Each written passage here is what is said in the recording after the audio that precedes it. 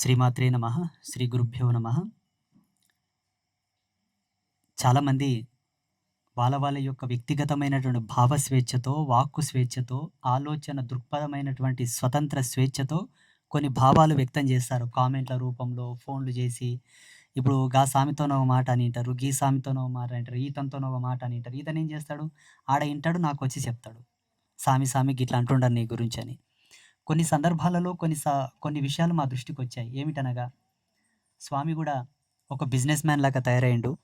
ప్రతి వీడియోలో సహాయం చేయమని అడుగుతున్నాడు. మొన్నేదో ఫోటో చూపెట్టి కన్‌స్ట్రక్షన్ జరుగుతుంది డబ్బులేయండి అని అడిగిండు. ఆ వసంత నవరాత్రులకు పైసలు అడిగిండు. అట్లా ఇట్లా అని అడిగిండ్రు. చూడబ్బా, నేనైతే బిచ్చగాడినే. నాతోనైతే పైసలు లేవు. గుండె కోసినా, గొంతు తీసినా పైసలు లేవు. అమ్మ తోడు నాతో పైసలు లేవు. ఇంకొక విషయం ఏందంటే, సన్యాసి ఏం చేసినా అడుక్కొని చేయలే. అది సన్యాస ధర్మం. కోటికి పడిగెత్తినా అతను అడుక్కోవాలి. ఎందుకంటే ఆయన ఎత్తిన జన్మకు, ఆయన తీసుకున్న దీక్షకు అది పరిపూర్ణం. మోటుగా పెద్ద మనుషులు ఏమంటుండే వెనకటికి, ఏదన్నా ఒక చిన్న సమస్య వస్తే, చూడప్పా ఈ సమస్య నీకు పోవాలంటే, సమస్య ఎందుకు కానీ ఒక రోగం. నాతోనికి ఒక ఆయన వచ్చిండు, నేనే చెప్తా. ఒక ఆయన వస్తే పెయ్యంతా సెల్దేంది, అంత గజ్జిలాకైంది మొత్తం. నేనేం చెప్పినా, చూడప్పా ఇది పోవాలంటే ఒక చిన్న మార్గం ఉంది, నువ్వు చేస్తా అంటే చెప్తా అన్న. చెప్పు స్వామి ఏం చేయాలన్నాడు. 3 ఊర్లు నువ్వు అడుక్కోవాలి. 3 ఊర్లు అడుక్కోవాలి కానీ, ఈ ఊర్లో అడుక్కున్న తర్వాత ఆ ఊళ్ళో మలమూత్రాలు విసర్జించకుండా ఆ ఊళ్ళో నువ్వు అడుక్కోవాలి. ఆ 3 ఊర్లు అడుక్కున్నటువంటి పైసలతోటి నీకు ఈ పని చేస్తే ఈ ఈ తెగులు పోతుంది చూడని నేనే చెప్పిన. దానికి అది ఉంటుంది, అనుబంధం ఉంటుంది దానికి. అట్లా సన్యాస ధర్మంలో ఏముంటుందంటే, ఇప్పుడు పెద్ద పెద్ద పీఠాధిపతులు ఉంటారు. భూమి అంతమయ్యే వరకు ఖర్చు పెట్టినా అయిపోనంత సంపద ఉంది కొన్ని పీఠాలలో. మస్తు పైసలు ఉండయి. ప్రపంచ బ్యాంకుకు అప్పించేటంత పైసలు ఉండేవి మన భారతదేశంలో, మన మఠాలలో, పీఠాలలో. అంత సంపద ఉన్నా వాళ్ళు అడగడం వాళ్ళ ధర్మం. తప్పని ఎప్పుడు అనుకోవద్దు దయచేసి. వాళ్ళ విషయం అక్కడ పక్కన పెడదాం. మన విషయానికి వస్తే, మీరు ఏ టైంలో అర్ధరాత్రి వచ్చి ఈ గుడి కడప కొట్టి తలుపు కొట్టురు, ఈడ ప్రపంచం ఏందనేది మొత్తం తెలుస్తుంది మీకు. ఓపెన్ టు ఓపెన్, తెల్ల రేకులు, పచ్చ రేకులు, నల్ల రేకులు. ఓపెన్ టు ఓపెన్ ఏమున్నా ఇక్కడ క్లియర్ క్లియర్ క్లియర్. ఇంకొక ముఖ్యమైన విషయం, నేను పూర్వపు మా గురువులు నాకన్నా ముందు పీఠాధిపతులు సంపాదించిన ఆస్తుల మీద నేను పీఠాధిపతిని అయ్యలేను. స్వతంత్రంగా నేను పండరపురంలో బోధ తీసుకున్న, బిజ్జారంకి వచ్చింది. చిన్న పల్లెటూరాయ్, పాడుగొంప. ఈ కొంపలో వచ్చి గుడి కట్టుకొని ఏగు లేగినప్పుడు ఆ కష్టాలు కాదు, ఆ కష్టాలు ఇంకో పగొని కూడా రారాదు ఆ కష్టాలు. మొన్న ఇట్లా జగడం పెట్టుకున్నాడు చూసిరే, కొన్న భూములు వచ్చి రాళ్ళు వాతుండ్రు. ఏం చేయలే, కంప పైసలు ఇచ్చి కొన్న భూములు వచ్చి రాళ్ళు వాతుండ్రు. అట్లా ఇక నా కష్టం నేను చెప్పుకుంటే మీకేం అర్థమైతే, ఏగినోనికి తెలుస్తుంది ఆ బాధ ఏందనేది. కాకపోతే ఇప్పుడు అడుగుతున్నది ఒకటే. చాలామంది మీరు ఇలా అంటారు, ఈతను కూడా అడుక్కోవడం మొదలుపెట్టిండు, గూగుల్ పే నంబర్లు, ఫోన్‌పే నంబర్లు ఇస్తున్నాడని మీరు ఇట్లా అనుకుంటారు. మీరు మీ మీ ధర్మంలో మీరు ఆలోచించారు. ఇంకొకరు ఇంకోలా కూడా ఆలోచన చేశారు తెలుసా. ఒక స్వామీజీ ఉన్నాడు, పాపం ఆయన ఎవ్వరినేం అడగడు. ఆయన సన్యాసే, అడగడు. ఆయన ఏమంటాడు, ఎవరినన్నా అడిగితే ఓ 10 రూపాయలు ఇచ్చిపోతారు. ఆ 10 రూపాయలకు సరి అయినటువంటి ధర్మాన్ని ఆయనకు నేను మంచి చేయకపోతే ఓ రుణంలో నేను ఊడుతా మళ్ళా. ఎందుకు అడగమంటివి, వచ్చిందుంటే చేస్తా, లేదుంటే అడక తింటా, నేను పైసలు అడగను అంటాడు. అంత నిజాయితీగా ఆ భగవంతుడు ఆయనకి ఏం కల్పించిండో, ఎక్కడి నుండి కల్పించిండో, మంచిగా పూజలు చేస్తాడు, రుద్రాభిషేకం చేస్తాడు, శివాలయం కట్టించిండు, గోశాల ఉంది, ఎప్పుడు పోయినా అన్నం దొరుకుతుంది ఆడ. అట్లా నడిపిస్తుంటే ఒక పెద్ద మనిషి ఏమనే, ఒక్కరిని ఒక్క రూపాయి అడగడు. ఒక్క సందర్భంలో ఒక్క వీడియోలో కూడా మాకు డొనేషన్ చేయండి అని అడిగలేడు. ఇన్ని పూజలు ఎట్లా చేస్తాడు ఈ స్వామి, ఇంత పెద్ద గుడి ఎట్లా కట్టిండు. ఈ రుద్రయాగం చేయాలంటే 60 లక్షలు 70 లక్షలు పడుతుంది. ఎక్కడి నుండి తెచ్చి చేస్తున్నాడు. ఈయన రాజకీయ నాయకులతో కుంభక్కయిండు, లోపలేదో కుంభకోణాలు నడిపిస్తున్నాడు. ఈయన బ్లాక్ మనీని వైట్ మనీ చేసే క్రైమ్ చేస్తున్నాడు అని చెప్పి ఆయన మీద కేసేసిరి. ఇన్వెస్టిగేషన్, ఇన్కమ్ ట్యాక్స్ ఆఫీసర్లు వచ్చారు ఆయన గుడికి. అంత తిరిగి చూస్తే బొగ్గులు దొరికే తప్ప ఏం దొరకపాయ. ఆడేమో ఉంటేనే దొరికేది, ఎడిపోయిన ఆకులు, చెట్లకు కాసిన ఆకులు దొరికే. ఇంట్లో కిచెన్ ఉంది, పెద్ద కిచెన్లో వంట చేసినప్పుడు బొగ్గులు వస్తాయి కదా, బొగ్గులు, ఆ బొగ్గులు బూడిద దొరికే కానీ ఏం దొరకపాయ. అట్లా ఉంది ప్రపంచం బయట. ఇట్లా ఉంది, ఇట్లా ఉంది, రెండు వంకలు ఉంది.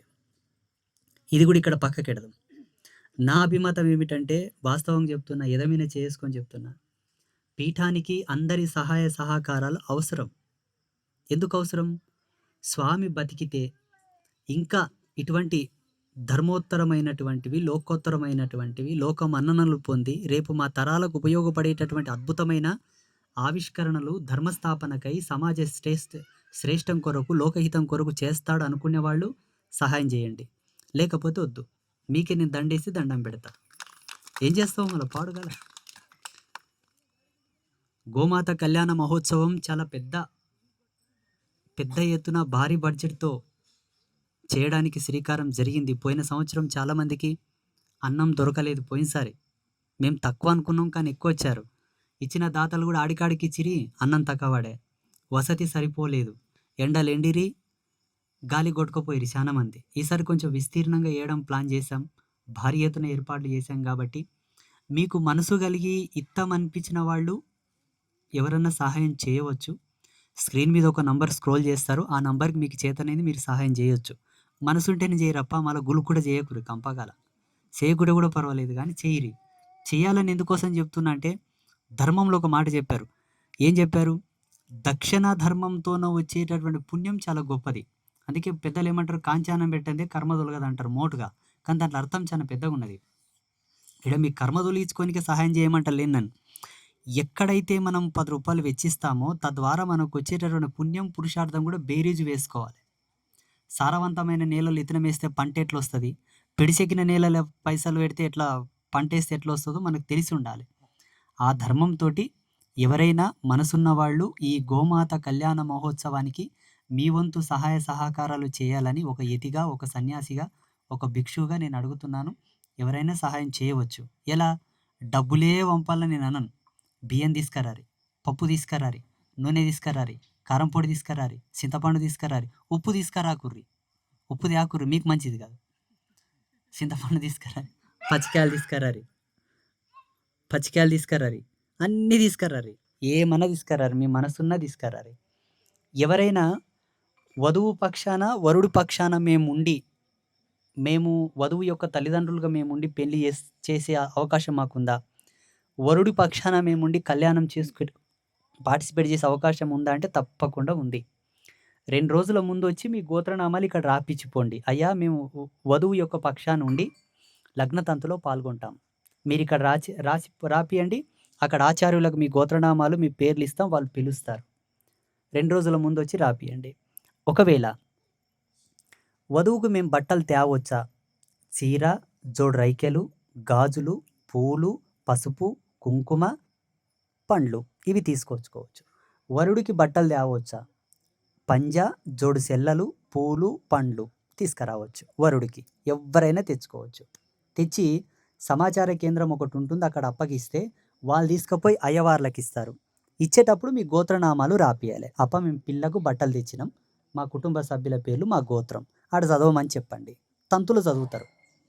మేము పిలానికి బట్టలు తెచ్చినాం, మా గోత్రనామాలు అక్కడ ఇవ్వండి, చదువుతారు. తర్వాత వధువుకి ఎవరైనా మంగళసూత్రాలు తేవచ్చా? పుస్తెలు, మెట్టెలు తీసుకురావచ్చు. తెస్తే ఎంత తీసుకురావాలి? ఇంత పెద్ద తీసుకురావాలా, గింత తీసుకురావాలి? ఆవగింజంతా మొదలు పెట్టుకొని ఆకాశం అంతా తీసుకురాలి, మీ ఇష్టం. ఏవి తీసుకురావాలి? బంగారువే తీసుకురావాలి. మళ్ళీ రోల్డ్ గోల్డ్ తెచ్చారు. పోయిన సంవత్సరము బాగానే చాలామంది పాపం అంటే చాలామంది మంగళసూత్రాలు, మట్టెలు తెచ్చారు. అవన్నీ ఒకరోజు గోమాత మెళ్ళో ఉంటాయి. మరుసటి రోజు అవన్నీ ఒక తాడు గుజ్జుగుచ్చి ముగ్గురమ్మల మెళ్ళో వేస్తాం. ముగ్గురమ్మల మెళ్ళో ఉన్న పుస్తెలన్నీ పోయినసారి గోమాత కళ్యాణమే. ఇప్పుడు శ్యామలమాత మెళ్ళో ఉండయి, వారాహి మాత మెళ్ళో ఉండయి. నిన్న విజయ చాముండేశ్వరి మాతకు 2 సోరవలు వేసాను మళ్ళీ. అవన్నీ గోమాత కళ్యాణంకి వచ్చినవే. మీరు తెచ్చినవి మళ్ళీ అమ్మవారి మెళ్ళో అలంకరించబడతాయి. మెట్టెలు కూడా అమ్మవారి పాదాల దగ్గరనే పెడతాం, తీసుకురావచ్చు. వీటితో పాటు ఒకవేళ పుస్తెల చేత కాదు, మెట్టెల చేత కాదు, ఇంకేమైనా తేవచ్చు. పెండ్లి పిల్లకు పట్టీలు తీసుకురావచ్చు. సేనలు, ఎండి పట్టీలు. మీరు కాళ్ళకి వేసుకుంటారు కదా, పట్టీలు అంటారు, ఏమంటారు దాన్ని? గొలుసులు కూడా తీసుకురావచ్చు.